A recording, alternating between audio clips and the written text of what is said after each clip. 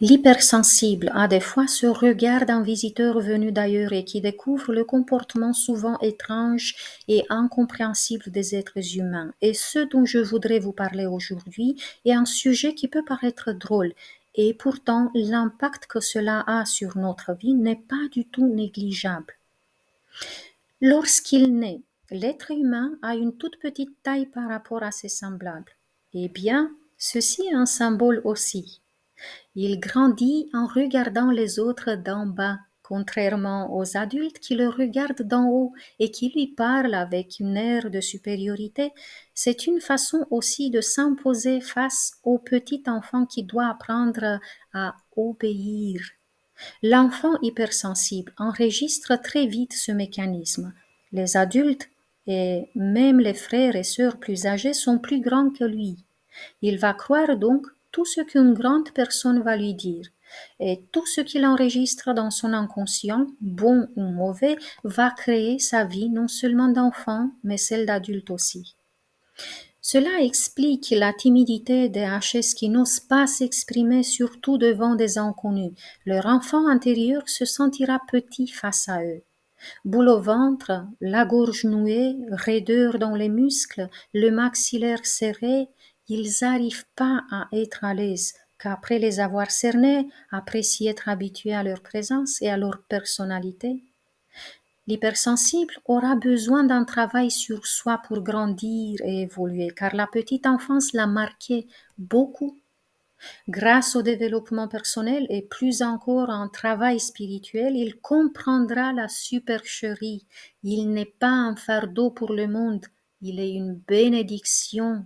Sans ce travail sur soi d'élévation, il peut rester un enfant angoissé à l'intérieur de lui-même, malgré ses peut-être 40 ans, 50 ans ou même plus.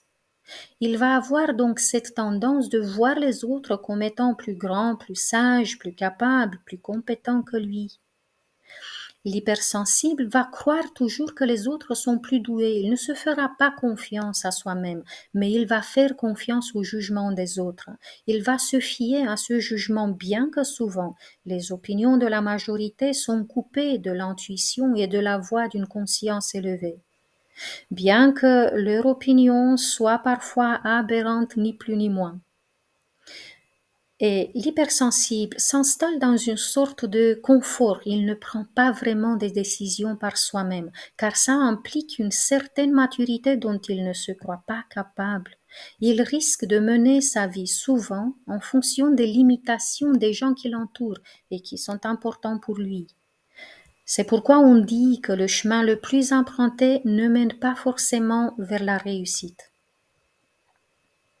Pour les plus blessés des hypersensibles, pour ceux donc qui se sont sentis fortement rabaissés, humiliés, ils ont pu se voir sans le conscientiser vraiment comme une sorte d'extension de quelqu'un d'autre. Dans l'enfance, ils ont pu être l'extension d'un des parents auxquels ils ont été le plus attachés.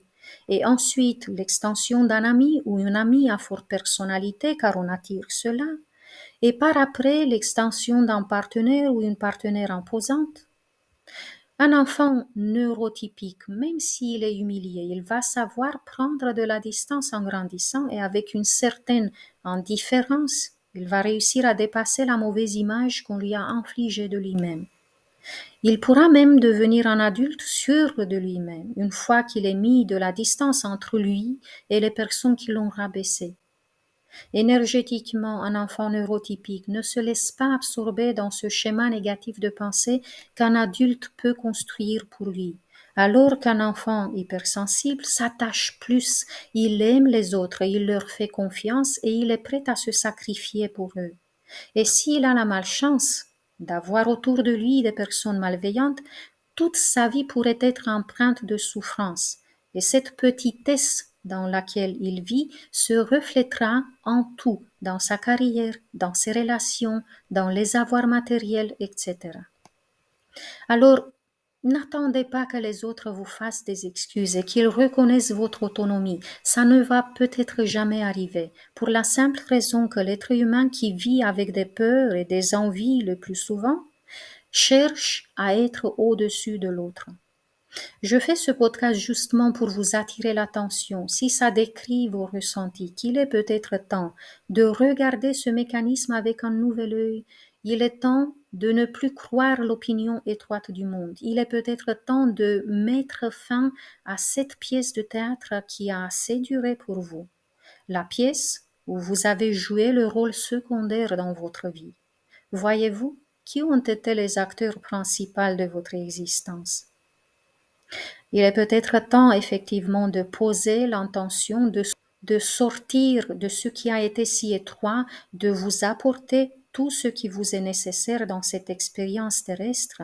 Et si jamais vous sentez le besoin d'être guidé, j'ai une séance sur ma boutique en ligne, reprendre son pouvoir. Vous pouvez faire un tour en tout cas sur la page et voir si c'est cela ou peut-être une autre séance qui vous parle plus. Le lien est en tout cas dans la barre d'infos. C'était Claudia Stéphane, hypnopraticienne. Ça m'a fait plaisir de partager ce moment avec vous. À très bientôt.